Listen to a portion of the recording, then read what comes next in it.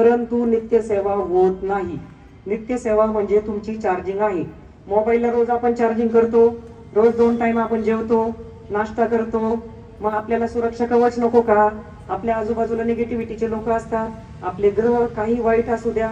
तुम्ही जेव्हा 15 मिनिटं नित्यसेवा करता, तुमच्या दिवसभरातल्या गोष्टींना एक सुरक्षा कवच तयार होत असतं. तुमच्या बरोबर ज्या दिवशी ठरलेलं आहे तुमच्या पत्रिकेत ऍक्सिडेंट होणार, पण तो खर्चटल्यावर जातो. होणाऱ्या गोष्टी टळत नाही, पण त्या नॉमिनल जातात. बरेच सेवेकरी मरणाच्या दारातून बाहेर येतात. बऱ्याच सेवेकऱ्यांच्या पत्रिकेत जर तो कॅन्सर असेल तर छोट्या मोठ्या आजारावर जातो, मग तिथं निदान होतं.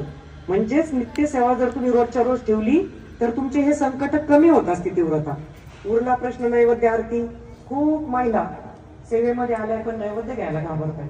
ते खूप कठीण असतं हो. वरण भात आणा, 2 भाज्या आणा, गोड धड आणा, मसाला पान आणा. नको बाई, घरी 10 पाहुणे आले ना,